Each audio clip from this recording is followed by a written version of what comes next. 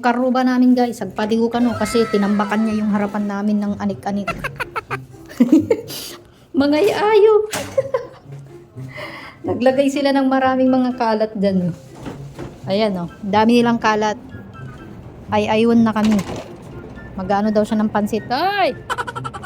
Ayan mo! Ganda ng mga bahay dito sa amin guys, magkakamuka.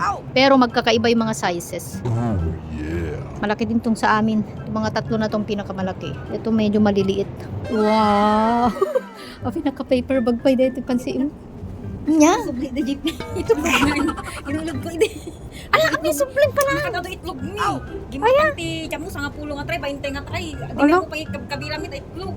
Dalbagan. Nagadunga itlog. Paspasin pa na dito. Wala pa yan niya dagita niya. Nagadunga nakatrapik. Ado nga pansit ko na. Apa kaya napansin? Hindi mo.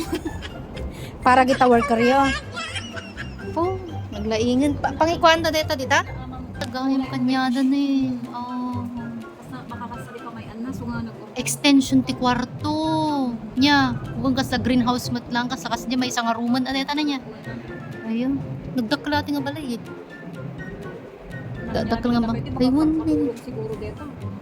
Dakla to eh. Eto kumatilaan dahil din yung nakinayad damam ta. Nagdaklunay. Dito eh. Wen, daklunay para kanyami. Sobrang daklo na to yun. Ato lang may mayaton. Kapag paparis tayo lang. Wen.